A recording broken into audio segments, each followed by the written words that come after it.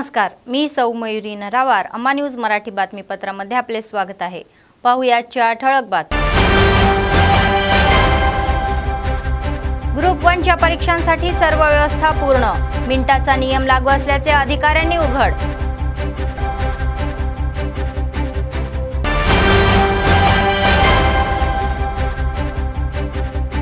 सरन्यायाधीश म्हणाले की तडजोड हा योग्य मार्ग आहे. प्रकरणे सामंजस्याने सोडवण्याचा सल्ला.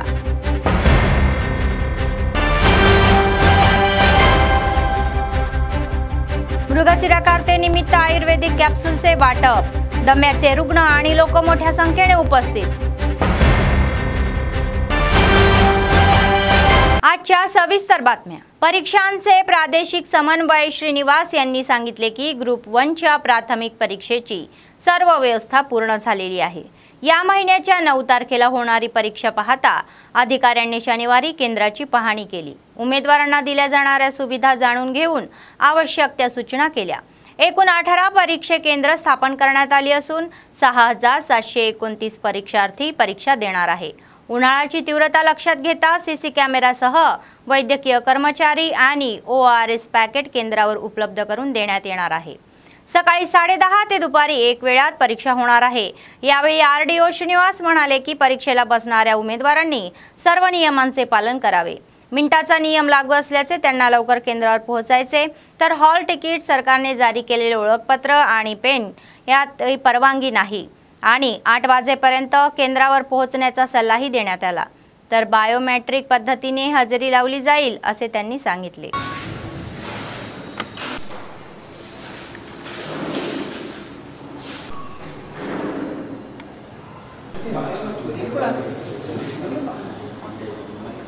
రేపు మనకు అంటే తేదీ 9/6/2024 రోజు గ్రూప్ 1 ప్రిలిమినరీ ఎగ్జామినేషన్ మన ఆదిలాబాద్లో జరుగుతుంది. దీనికి మొత్తము 6729 మంది అభ్యర్థులు ఆదిలాబాద్లో ఉన్నటువంటి 18 సెంటర్లలో హాజరవుతున్నారు. ఇందులో పురుషులు వచ్చేసి 4223 మంది, మహిళలు వచ్చేసి 2505 మంది మరియు ట్రాన్స్జెండర్ ఒక్కరు అపేర్ అవుతున్నారు. మొత్తము దీనికి సంబంధించి మనం 18 సెంటర్లు ఐడెంటిఫై చేశాము. 18 సెంటర్లలో పూర్తిగా గ్రూప్ 1 ప్రిలిమినరీకి సంబంధించి ఏర్పాట్లన్నీ కూడా పూర్తయినని తెలియజేస్తున్నాను. అదేవిధంగా మనకు number of Urdu medium candidates 2028 మంది ఉన్నారు సార్. ఇందులో అలాగే number of Telugu medium candidates 6501 మంది అపేర్ అవుతున్నారు సార్. మొత్తము మనకు 4 సెంటర్లలో స్క్రైబ్స్ అవసరం ఉన్నటువంటి క్యాండిడేట్స్ ఉన్నారు. 9 మందికి స్క్రైబ్స్ మనము అరేంజ్ చేశాము. బఫర్ స్క్రైబ్ కూడా పెట్టుకున్నాము. సో ఎలాంటి ఇబ్బందులు రాకుండా మనము దీనికి సంబంధించినటువంటి అన్ని ఏర్పాట్లు కంప్లీట్ చేసుకొని అలాంగ్ విత్ ఈరోజు route officers Tirupati sir, Narsing sir, అదేవిధంగా ఫ్లయింగ్ స్క్వాడ్ దిలీప్ సార్తోనే మేము ఈరోజు ప్రతి సెంటర్ను విజిట్ చేసి అక్కడ ఏర్పాటు ఎలా ఉన్నాయి, తర్వాత ఇన్విజిలేటర్స్కు ప్రత్యేకంగా ట్రైనింగ్ ఇవ్వమని చెప్తున్నాము. కాబట్టి అభ్యర్థులు ముందుగానే అంటే ఒకరోజు ముందుగానే వీలైతే ఈరోజే వాళ్ళు టెస్ట్ సెంటర్ను ఒకసారి విజిట్ చేసుకొని ఆ సెంటరు అంటే ఎలా చేరుకోవాలి, రేపు ఉదయమే ఎలా చేరుకోవాలనేటువంటిది వాళ్ళు చేసుకుంటే బాగుంటుందని నేను సూచిస్తున్నాను. అదేవిధంగా రేపు మనము ఉదయం 8 గంటల వరకు ఖచ్చితంగా ప్రతి అభ్యర్థి గ్రూప్ 1 ప్రిలిమినరీ ఎగ్జామినేషన్కి అపియర్ అయ్యే ప్రతి అభ్యర్థి ఉదయం 8 గంటల వరకు వాళ్ళు తమకు కేటాయించినటువంటి సెంటర్కు చేరుకోవాల్సిందిగా నేను విజ్ఞప్తి చేస్తున్నాను. ఉదయం 9 గంటల నుంచి వాళ్లకు టెస్ట్ సెంటర్లోకి ప్రవేశం ఉంటుంది. 10 గంటలు దాటిన తర్వాత ఒక్క సెకండ్ అయినా, ఒక నిమిషమైనా వాళ్ళను అనుమతించరు లోపలికి. కాబట్టి అభ్యర్థులందరూ కూడా దయచేసి ఈ విషయము గుర్తుపెట్టుకొని ఖచ్చితంగా ఉదయం 8 లోపల మీకు సంబంధించినటువంటి టెస్ట్ సెంటర్కు చేరుకోవాలి. కాబట్టి అభ్యర్థులు ఎవరు షూస్ వేసుకొని राकंडी, చెప్పులతో మాత్రమే మిమ్మల్ని లోపలికి అనుమతించడం జరుగుతుంది. అదే విధంగా ఈ మంగళసూత్రం గాని, బ్యాంగిల్స్ గాని వాటిని ఎవరు प्रकरणे जलद गतीने निकाली काढण्यासाठी पक्षकारांनी लोकवादीचा लाभ घ्यावा अशी सूचना जिल्हा मुख्य न्यायमूर्ती प्रभाकर राव यांनी केली. जिल्हा न्यायालयाच्या आवारात शनिवारी राष्ट्रीय लोक अदालतीचे आयोजन करण्यात आले होते. अनेक पक्षांनी त्यांची प्रकरणे समंजसाने मिटवली. पाहुण्यांनी त्यांना तडजोडीची कागदपत्रेही दिली. SP गौस आलम, न्यायमूर्ती शिवप्रसाद, प्रमिला जैन, DLSA सचिव सौजन्या, बार असोसिएशनचे अध्यक्ष इंद्राला नागेश आदी उपस्थित होते. यावेळी जिल्हा मुख्य न्यायमूर्ती प्रभाकर राव म्हणाले की प्रकरणे लवकर निकाली काढण्यासाठी दर 3 महिन्यांनी एकदा लोक अदालत घेतली जाते। पक्षकार मोठ्या संख्येने उपस्थित राहून त्यांची प्रकरणे निकाली काढण्याचा दावा करतात। तर तडजोडीने प्रकरणे सोडवली तर दोन्ही पक्ष जिंकू शकतात असे त्यांनी स्पष्ट केले। तर सायबर गुन्ह्याबाबत पोलीस आणि वकील यांच्या समावेत जनजागृती परिषद आयोजित करण्यात असल्याचे त्यांनी सांगितले। तसेच पीडितांना जलद न्याय मिळावा यासाठी लोक अदालतीत आयोजित करण्यात येत असल्याचे SP गौस आलम यांनी सांगितले।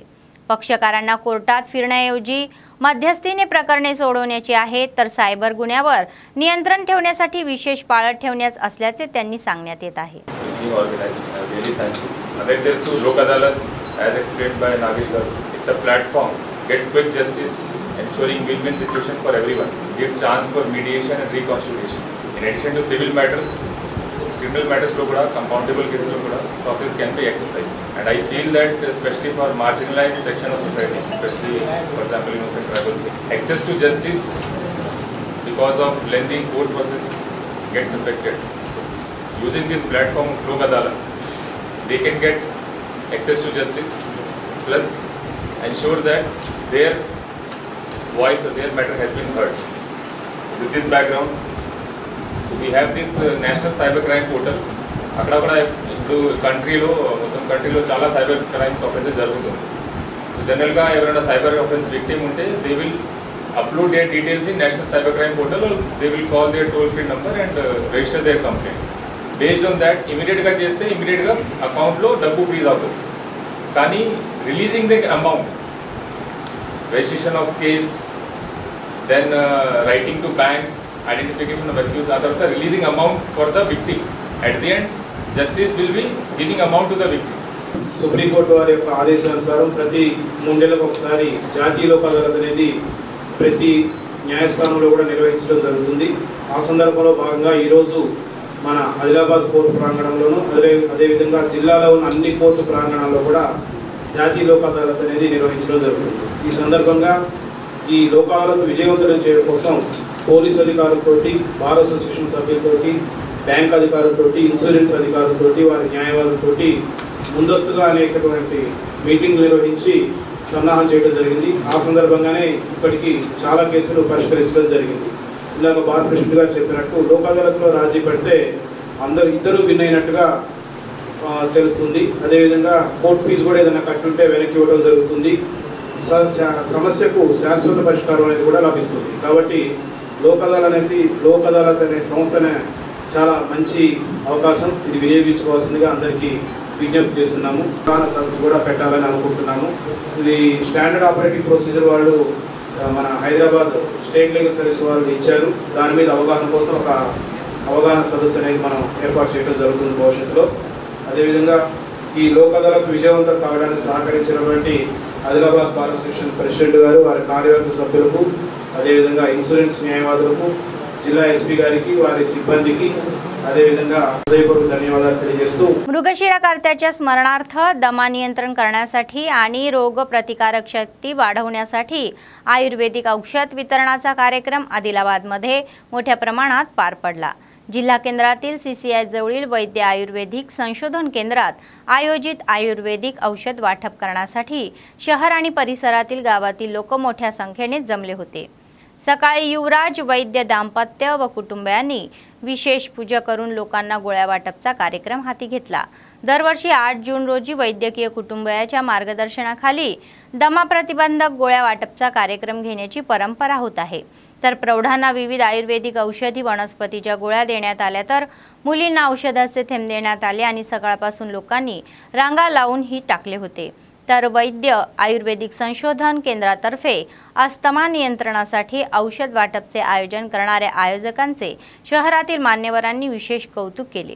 या कार्यक्रमामध्ये सनातन हिंदू उत्सव समितीचे अध्यक्ष प्रमोद खत्री यांच्यासह समिती सदस्य सहभागी झाले होते।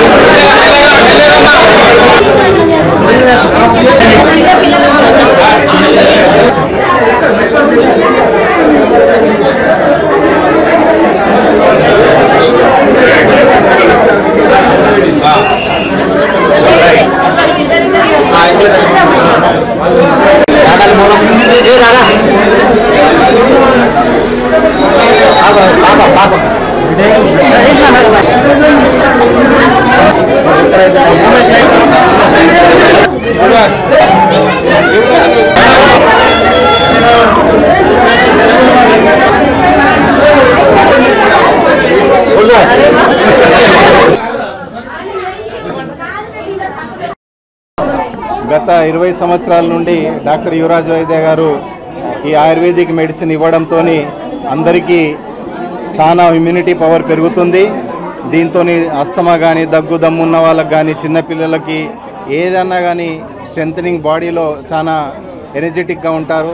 ఇది ప్రతి సంవత్సరం తీసుకుంటున్నాను, 20 ఏళ్ళ నుంచి నేను కంటిన్యూ తీసుకుంటున్నాను. ఈ ఫస్ట్ ఇయర్ మా మనమనికి కూడా వేయించాను. నేను అందరినీ కోరేది అంటే ఆదిలాబాద్ ప్రజల్ని మీరు కూడా ఈ అవకాశాన్ని ఉపయోగించుకోవాలని కోరుతున్నాము. ప్రతి సంవత్సరం మాదిరిగా ఈ సంవత్సరం కూడా ఆయుర్వేదిక్ రీసెర్చ్ సెంటర్ తరఫున ఉబ్బసం వ్యాధి, శ్వాస వ్యాధి కోసం మనం ఈ పంపిణీ చేస్తున్నాం. ఇది ఫ్రీ మెడిసిన్. శ్వాస వ్యాధి నిర్మూలనార్థం అంటే ఇరాడికేషన్ చేసుడు. ఇది పెద్ద ఆలోచన, కానీ చిన్న అడుగు మనం వేస్తున్నాం. జనాలకి శ్వాస వ్యాధి ఇది అసాధ్య వ్యాధి. ఇది ఆ అసాధ్య వ్యాధికి మనం కొంచెం వాళ్ళ బాధకు మేము తగ్గిస్తున్నాం. ఇదే మాకు ఒక సమాధానం అనుకోండి. పబ్లిక్ వాళ్ళ విశ్వాసం మా మీద ఉంది, మేము దానికి పాత్రం అవుతున్నాం. అదే మాకు సంతోషం. పుట్టిన నుంచి 5 years వరకు మనం డ్రాప్ మూలంగా ఇస్తున్నాం, ఇంకా పెద్దలకు గుటిక మూలంగా. ఇది ప్యూర్లీ ఆయుర్వేదిక్ మెడిసిన్ అని ఇది పిల్లలకు భవిష్యం లోపల ఈ శ్వాస వ్యాధి రావద్దని మేము కోరుకుని ప్రతి వాళ్ళు ఇది లాభం పొందుకోవాలని మేము కోరుతున్నాం. ఈ శ్వాస వ్యాధి ఇది అసాధ్య వ్యాధి. ఈ మృగనిశీర తర్వాత పొల్యూషన్ లోపల ఏ వ్యాధి పెరుగుతుంది అందులో ఈ యొక్క వ్యాధి. ఆ వ్యాధికి అనుసరించి మనం ఒక అనుసంధానం చేసి గోలి గుటిక మూలంగా మనం చేసినాం. ఇలా ఒక గూటిగా ఉంటుంది, ఒక నీళ్ళు తాగే మందు ఉంటుంది. ఆ మందు మీరు వాడితే మీ శ్వాస వ్యాధి తగ్గాలని మేము కోరుకుంటున్నాం. ఇది ఇలా 9:30 నుంచి 5 వరకు మనం పంపిణీ చేస్తున్నాం. మా ఒక కోరిక అంటే సర్వే जन सुखिनो भवन्तु. पत्रकार जेएसी संयोजक नुकला देवेंद्र म्हणाले की अक्षय योद्धा ईटीव्ही कंपन्यांचे आजचे प्रमुख रामोजी राव यांचे निधन मासिक उद्योगासाठी नुकसान आहे. हैदराबाद येथील रुग्णालयात उपचार दरम्यान रामोजी राव यांनी अखेरचा श्वास घेतल्यानंतर पत्रकार जेएसीच्या वतीने शनिवारी स्टॅनिका प्रेस क्लब येथे शोभसभा घेण्यात आली. यावेळी अनेक पत्रकारांनी रामोजीराव यांच्या प्रतिमेस पुष्प अर्पण करून आदरांजली वाहिली. त्यांनी पत्रकार क्षेत्रातील त्यांच्या सेवांच्या स्मरणार्थ घोषणाबाजी केली. रामोजी यांच्या निधनाबद्दल 2 मिनिटाचे मौनही पाळण्यात आले. आणि जेएसी सह संयोजक बिरकुरवार व्यंकटेश, पत्रकार कंदुला महेंद्र आणि मेडीपतला सुरेश, सारंगपाणी नरेश, घंटा विनोद, अलके अशोक, रविंदर बेग, संदा सुरेश, मोईज, राजेश, अभिलाष, गोपी, विनोद, नीलेश, नरसिंग, दीपेम, श्रीकांत, किरण, अस्तम अली, रामू आदींनी सहभाग घेतला होता. यावेळी बोलताना ज्येष्ठ पत्रकार मेडीपतला सुरेश यांनी पत्रकारीच्या क्षेत्रातील मूल्ये आणि शिस्तीचे प्रतीक म्हणून रामोजीराव यांचे कौतुक केले. त्यांनी नेहमीच समाजासाठी काम केल्याची आठवण त्यांनी करून दिली आणि त्यांच्या निधनाने अनेक पत्रकार घडवणाऱ्या आणि समाजाची सेवा करणाऱ्या पत्रकारांची मोठी हानी झाल्याचे त्यांनी सांगण्यात आले.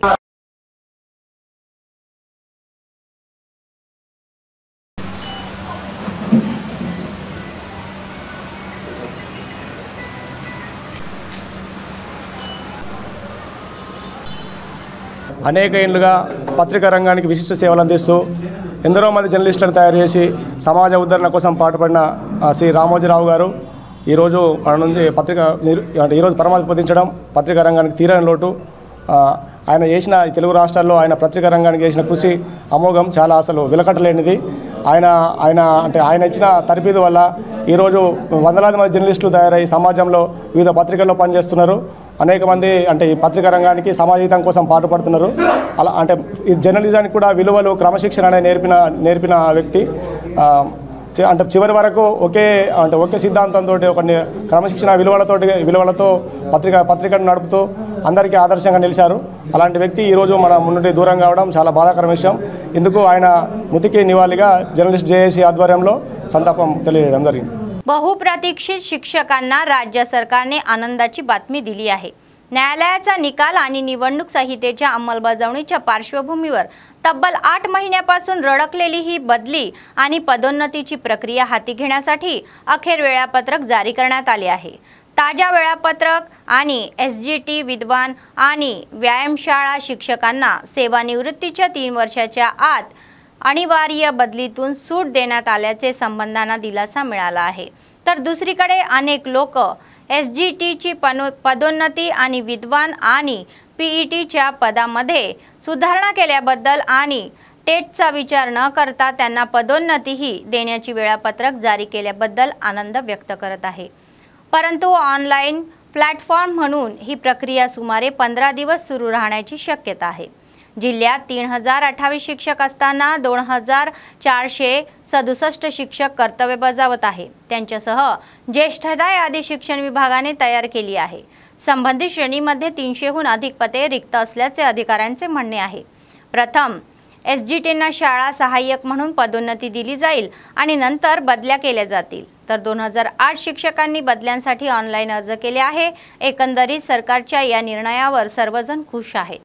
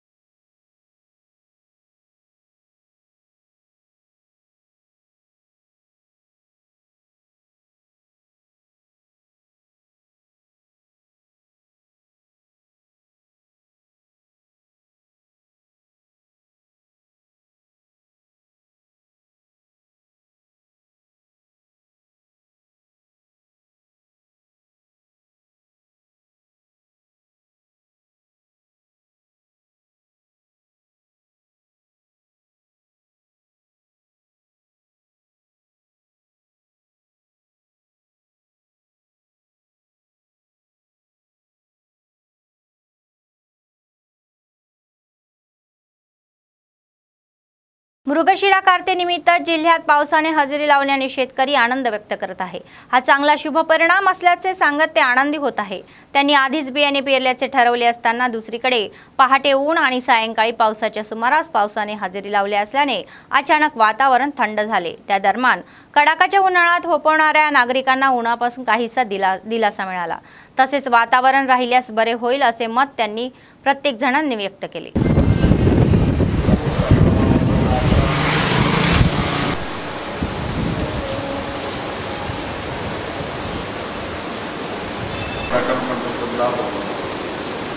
नहीं तो फिर ये बाजार के फिर दिखेगा क्या है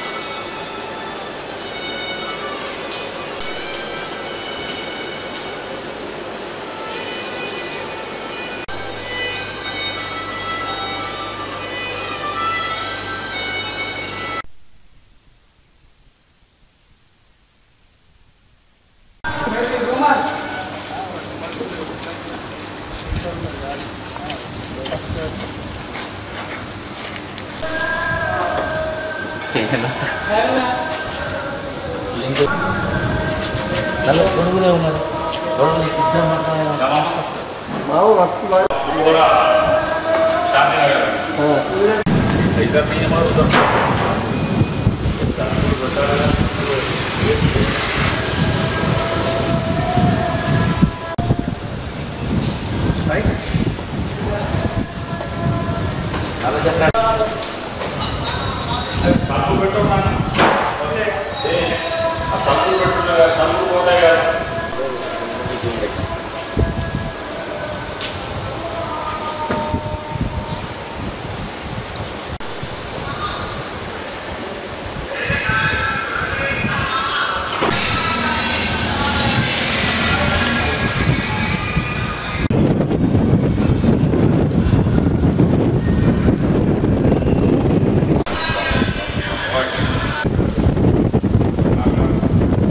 मृगशिरा कारते यांच्या स्मरणार्थ निर्मल जिल्ह्यातील सारंगपूर मंडळातील बिरवेल्ली गावात शनिवारी मत्स्य प्रसादाचे वाटप करण्यात आले। गावातील सगम कृष्ण बांधवांनी दमाग्रस्तांना मोफत मासळी प्रदासाचे वाटप केले, तर स्थानिक शासकीय शाळांमध्ये मत्स्य औषध वाटपाची सर्व व्यवस्था ग्रामविकास समितीच्या वतीने करण्यात आली आहे। सकाळपासूनच निर्मल जिल्ह्यातील तसेच महाराष्ट्रातील आदिलाबाद, निजामाबाद, करीमनगर, मुंबई आणि नांदेड येथील रुग्णांनी गर्दी करून मासळीचा प्रसाद घेतला। तर यावेळी बोलताना आयोजकांनी सांगितले की गेल्या 60 वर्षापासून दमा टाळण्यासाठी दरवर्षी मृगशिरा कारते दिन या मासळी औषधाचे मोफत वाटप केले जाते। मत्स्य औषध म्हणून वापरला जाणारा कोरममिणा मासा वारंगहून वेगळा आणण्यात आल्याचे त्यांनी स्पष्ट करण्यात आले आहे।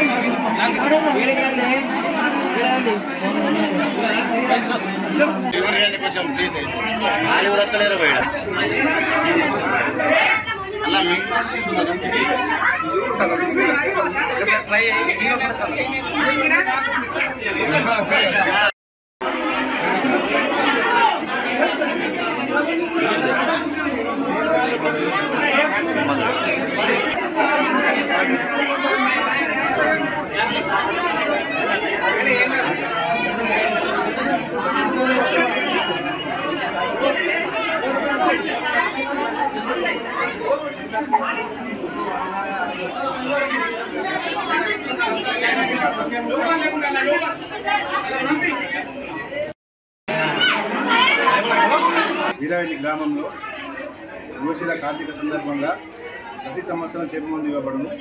మా తాతగారైనటువంటి సగ్గం రాజన్న, వాళ్ళ వారసుడు సగ్గం కృష్ణ, సగ్గం లింగం, వాళ్ళ వారసునైనటువంటి సగ్గం రాజేందర్, సగ్గం వినయ్, సగ్గం గణేష్ గారు మేమందరం కలిసి ప్రతి సంవత్సరం చేప మందును ఉచితంగా ఇవ్వడం జరుగుతుంది।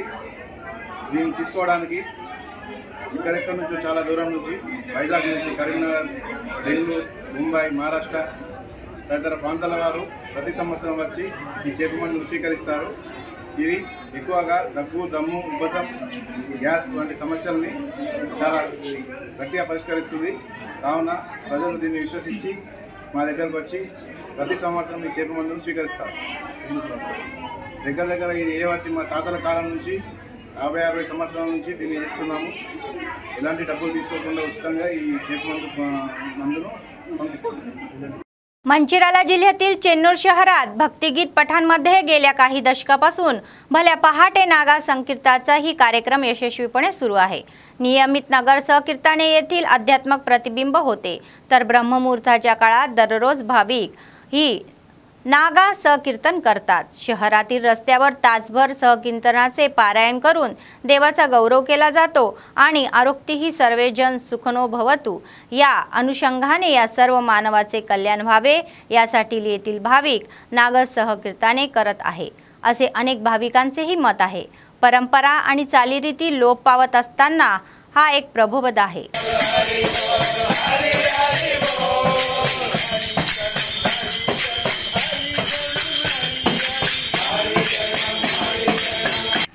జై శ్రీమన్నారాయణ।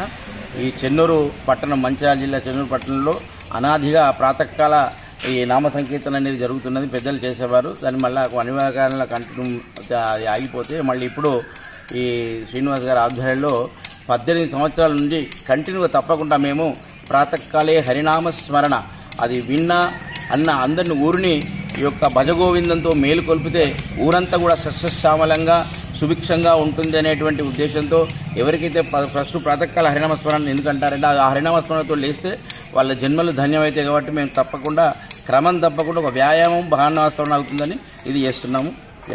कोमरम भीम जिल्ह्यातील कागजनगर मंडळातील अंकुसापूर गावात पोडू शेतकरी आणि वन अधिकारी यांच्यात बाचाबाची झाली।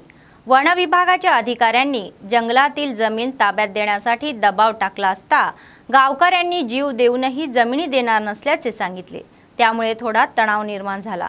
ग्रामस्थांनी वन अधिकाऱ्यांना प्रश्न केला की आपण अनेक वर्षापासून जमिनीची शेती करत असताना आता जशी जमीन आहे तशी देऊ शकणार का असा प्रश्न त्यांनी केला। రోజులుగా ఫారెస్ట్ అధికారులకు మరియు మన రైతులకి ఈ వివాదం జరుగుతుందని వస్తుందో యాక్చువల్ గా అయితే అంకుశాపూర్కు సంబంధించి మా గెజిట్ ప్రకారం 145 సర్వే నంబర్ లో 684 ఎకరాలు ఉందండి యాక్చువల్ గా ఆర్ఎఫ్ లో। సో 684 ఎకరాలకు పోను వాళ్ళకి 145 సర్వే నంబర్ లో 199 ఎకరాలకు మాత్రమే వాళ్ళు పట్టాలు ఇవ్వడానికి అర్హులు రెవెన్యూ తరపున। సో 199 ఎకరాలకే వాళ్ళు పట్టాలు ఇవ్వాలి। కానీ యాక్చువల్ గా మనం రీసెంట్ గా వాళ్ళ దగ్గర నుండి డేటా కలెక్ట్ చేసినాము। కలెక్ట్ చేస్తే మాకు వచ్చిన ఇన్ఫర్మేషన్ ప్రకారం 390 ఎకరాలకు పట్టాలు ఇచ్చి ఉన్నాయి। సో వాళ్ళు ఇవ్వాల్సిన 199 ఎకరాల కంటే ఇంకా 190 ఎకరాలకి ఎక్కువ ఎక్సెస్ పట్టాలు ఉన్నాయి। మరి అందులో ఏవి కరెక్ట్ ఏవి ఎక్సెస్ అనేది మరి వాళ్ళే చేయాలి। దానివల్లనే ఈ డిస్ప్యూట్ జరుగుతుంది।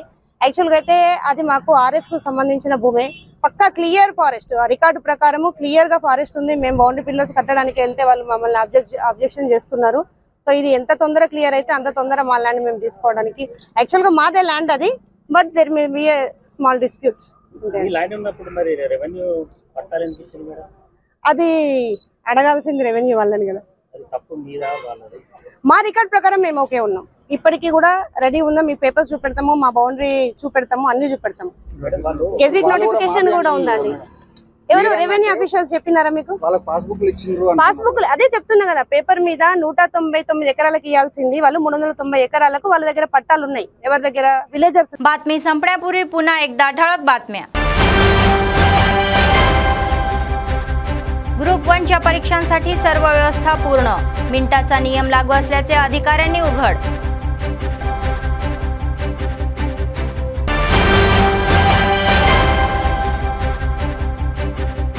सरन्यायाधीश म्हणाले की तडजोड हा योग्य मार्ग आहे, प्रकरणे सामंजस्याने सोडवण्याचा सल्ला।